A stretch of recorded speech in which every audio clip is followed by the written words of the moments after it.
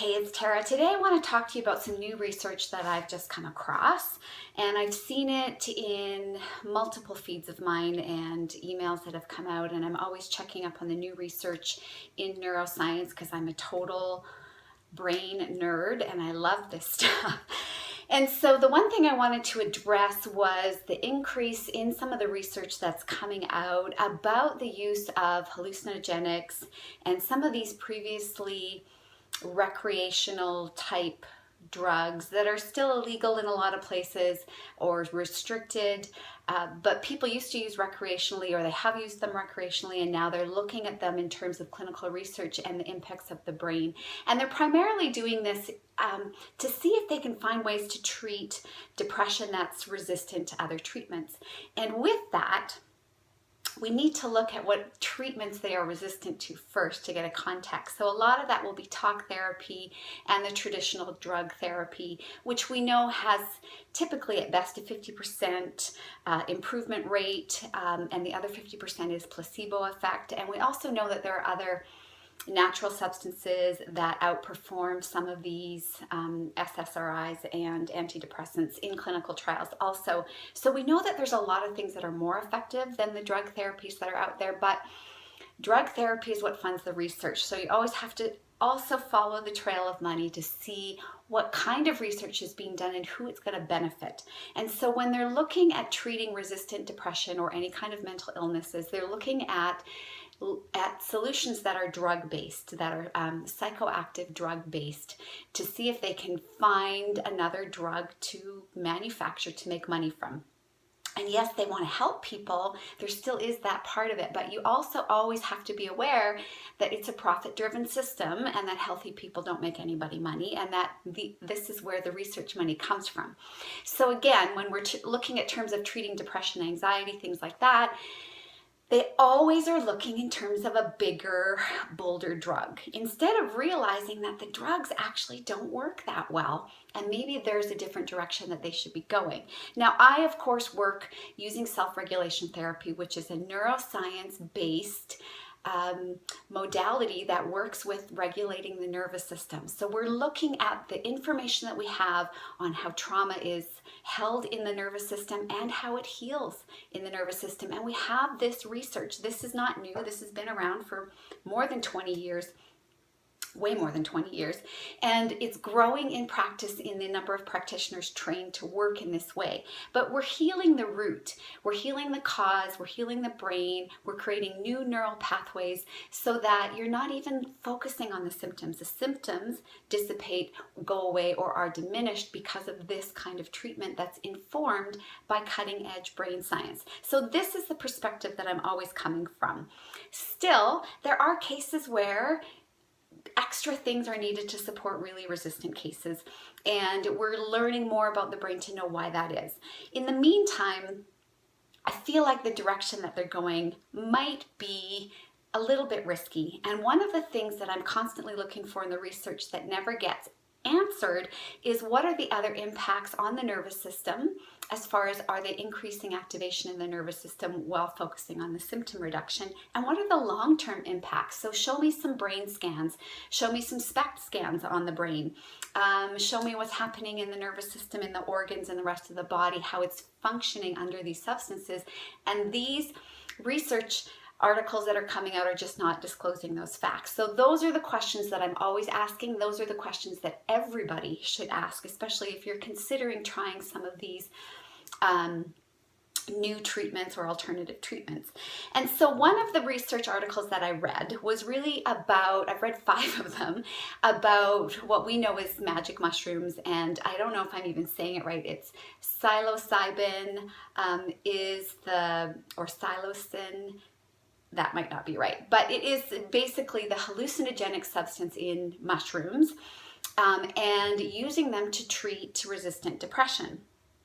So the article came out that said, actually, research has found that the use of these mushrooms, the use of this substance in the mushrooms, creates higher states of consciousness in the brain. So when you actually read the research article through, Higher states of consciousness really means increased activity in certain centers of the brain. So how this particular substance works in the brain is that it increases serotonin. It's very much like serotonin.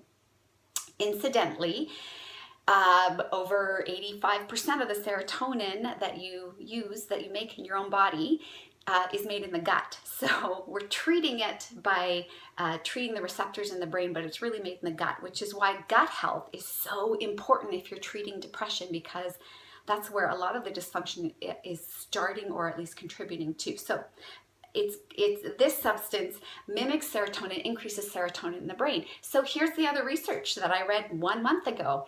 They're treating depression with serotonin reuptake inhibitors to increase the amount of serotonin available to the brain. They're also treating anxiety with this, and what we know is that serotonin can actually increase anxiety. So this is why some people are having what's called the Prozac effect, or having side effects of even psychosis. You can have psychosis from your antidepressant because of the serotonin in your brain that actually can increase anxiety. So the same thing can happen with these substances that they're testing, including this psilocybin. And what I wanted to know is, okay, they're looking at it and saying that, and ketamine and LSD under controlled environments are able to treat hard to treat depression that people are suffering from, and they're able to treat it quickly. So we have a short-term reduction of symptoms. The symptoms are not the cause, the symptoms are not the root, the symptoms are the symptoms. So let's pay attention to that. We have a reduction of symptoms. What else has changed in the brain? Nothing else has changed in the brain. We haven't created new neural pathways. We haven't done anything permanently to alter the biochemical nature of the brain. And in fact, there's been no research to support that there's a chemical imbalance for mental illness, including depression and anxiety.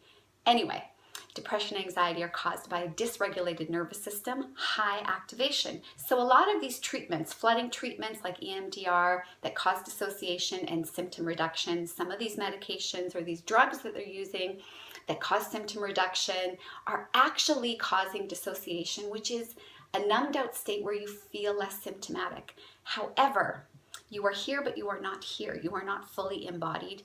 It's actually the checkout point, the brain shut-off valve that says, whoa, things are way too intense, we're gonna check up. So you actually do feel better up there. And we all do it, we all dissociate here and there, it's very normal.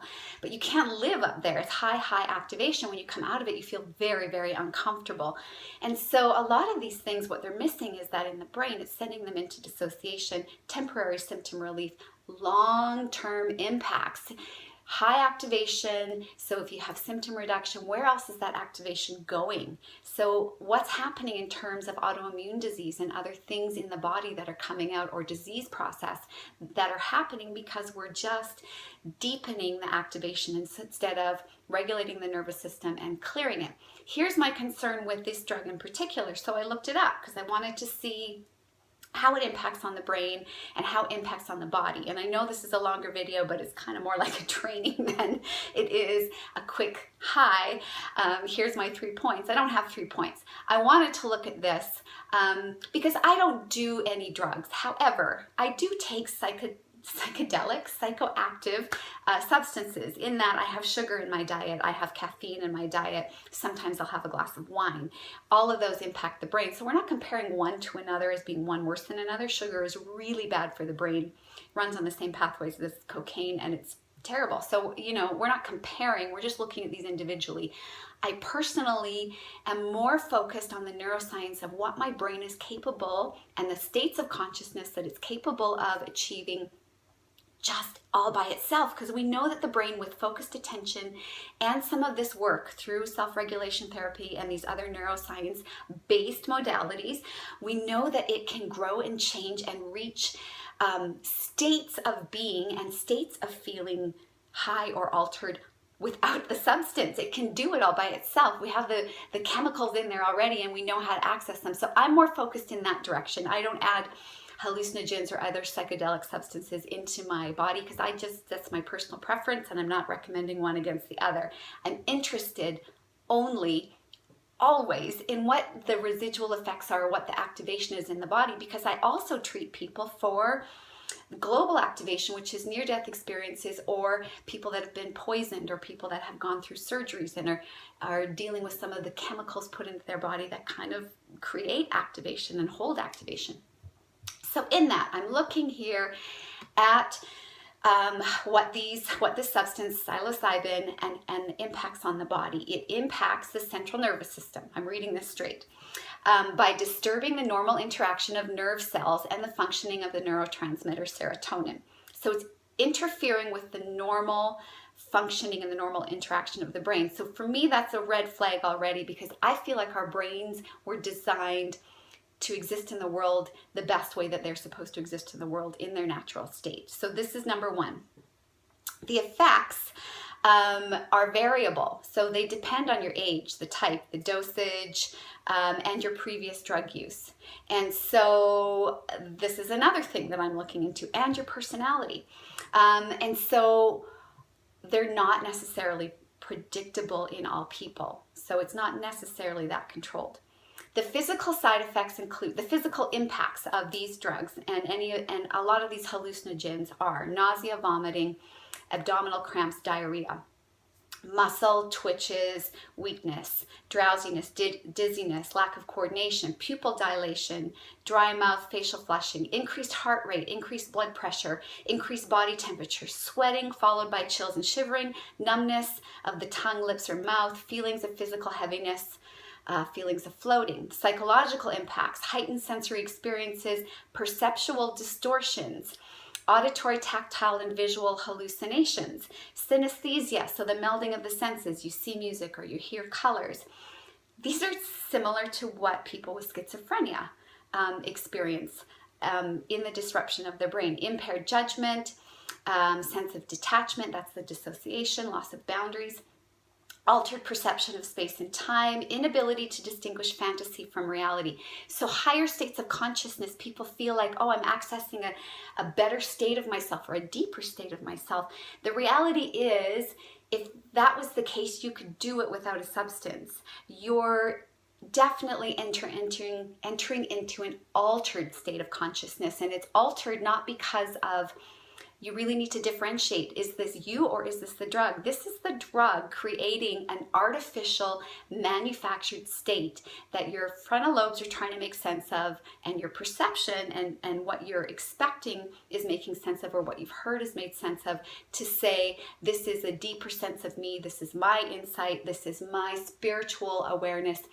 It's a drug. It's creating an altered state. It's manufacturing that for you, and then you're interpreting it. Your frontal lobes are interpreting it, but it is because of this extra substance, this psychoactive psychedelic substance is causing these changes in your perception of reality. And then your frontal lobe, its job is to come online with anything that we go through and make sense of it and then interpret it. And so it's all manufactured. This is not some magical experience you're creating the meaning from it. It's not something supernatural. So that's really important to distinguish, because you're going into it already preconceived and you're going to manufacture meaning from it. But it is, and your experiences will be not natural. They will be because of the drug. So all of these physical and psychological effects are identical to the effects that the body has, the central nervous system has, when it experiences a poison. The way it tries to get rid of food poisoning, the way it tries to get rid of any poison in the system is through all of these ways. Nausea, vomit, that's not desirable. A lot of these are not desirable. Increased heart rate, sweating. This is the way the body's trying to excrete, and it's going into high sympathetic arousal. It's going into high activation. Taking this substance is putting your nervous system into high activation, even if you feel super chill and it feels like this great magical experience.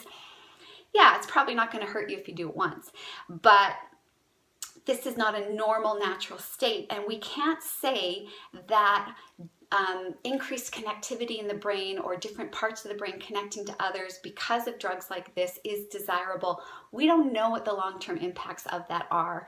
And it's like the Jurassic Park phrase that I always say is, just because we can doesn't mean that we should. I would say be really cautious if you're going into this. Know that your body is treating this like a poison. It's not listed as a poison. Nobody wants to talk about it as a poison. If your opinion is that this is a good thing, you're going to reject everything that I say. The facts are your body treats it like a poison. It's causing an altered state of consciousness. And if you desire that and you like it, then go for it. But be aware that it is increasing activation in your nervous system, because we do work with people that have had poison experiences similar to this.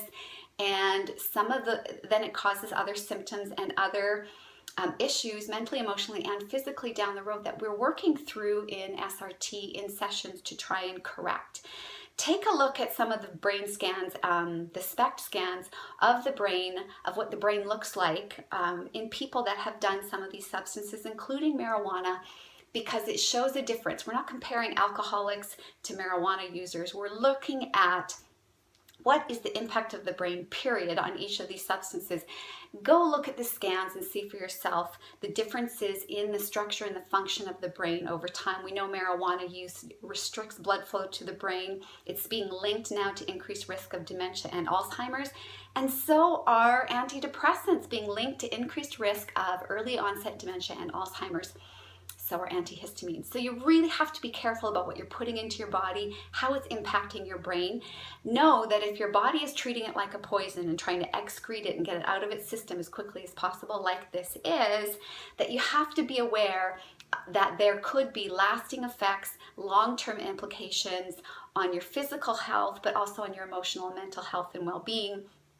Any of these in anybody can cause psychosis and can cause a really bad experience. And I've worked with people in my practice that even just from marijuana use developed a really high anxiety and panic disorder. And we can heal the brain, but it takes a long time, and their lives have really been ruined for the sake of this sense of having an altered experience and getting high and going on a trip. And it seems like it's benign, and for many people it is, and there are medicinal purposes and benefits for some of these. I'm saying be really careful. I'm really careful with what I'm putting into my body that could impact my brain short and long term. I would encourage caution with this until we have more long-term studies and until we really know, how the body recovers from ingesting a poison like this on a repeated basis or even a one-time basis. If you're already activated, have high stress in your life, you really want to be careful with anything that has a psychoactive impact, including sugar and gluten and caffeine and wine and all of those things. So let's not compare apples to oranges, but let's really look at what's happening with the body and put the body and the mind together. This research is looking at what's happening in the mind, and they did say, the scientists said, we're not saying that it's better to alter the mind. We're saying the brain is designed to function in the best way it is in our environment. Your brain already is working the best way it's supposed to, the way it was just designed. If you choose to have some of these experiences, realize that your perception of what to expect and your frontal lobes making meaning of that are going to be based on your own perceptions and not necessarily a magical, supernatural spiritual awakening or deep insight. This is a manufactured state versus a heightened state. You can access heightened states and altered states all by yourself without any drug influence whatsoever. And I've used that in therapy a lot, where there's no substances on board, but we can manufacture that state, that desired state, regardless. So your brain is really powerful. It's also very fragile. Be super careful with it. Research like this comes out, pull it apart, and realize, it's more than just what's happening in the brain, and it's more than just how you feel. It might feel good. What's happening in your body? If your body's trying to vomit it out and sweat it out and your heart's racing, it's treating it like a poison, and it's causing activation in your nervous system, and there will be long-term effects of that. Maybe not the first time, but the more you do things like this, it layers up in your nervous system. You might start to notice symptoms of depression, anxiety, insomnia, headaches, immune dysfunction, autoimmune disease, even increases in allergies and things like that. So pay attention to what's going on. Be as clean as you can in your body, and be satisfied with enjoying and appreciating and deepening the experiences that you can get naturally. If you're suffering, get the right kind of help. Get a neuroscience-based, cutting brain science-based approach like self-regulation therapy that's going to regulate your nervous system and heal you from where the injury was made. That's all I have to say on that. You make the choices, but make sure that you're making the best informed choices going forward, and always being careful and pulling things apart with a critical thought process. So I hope you're well. Keep your brain well. Until next time.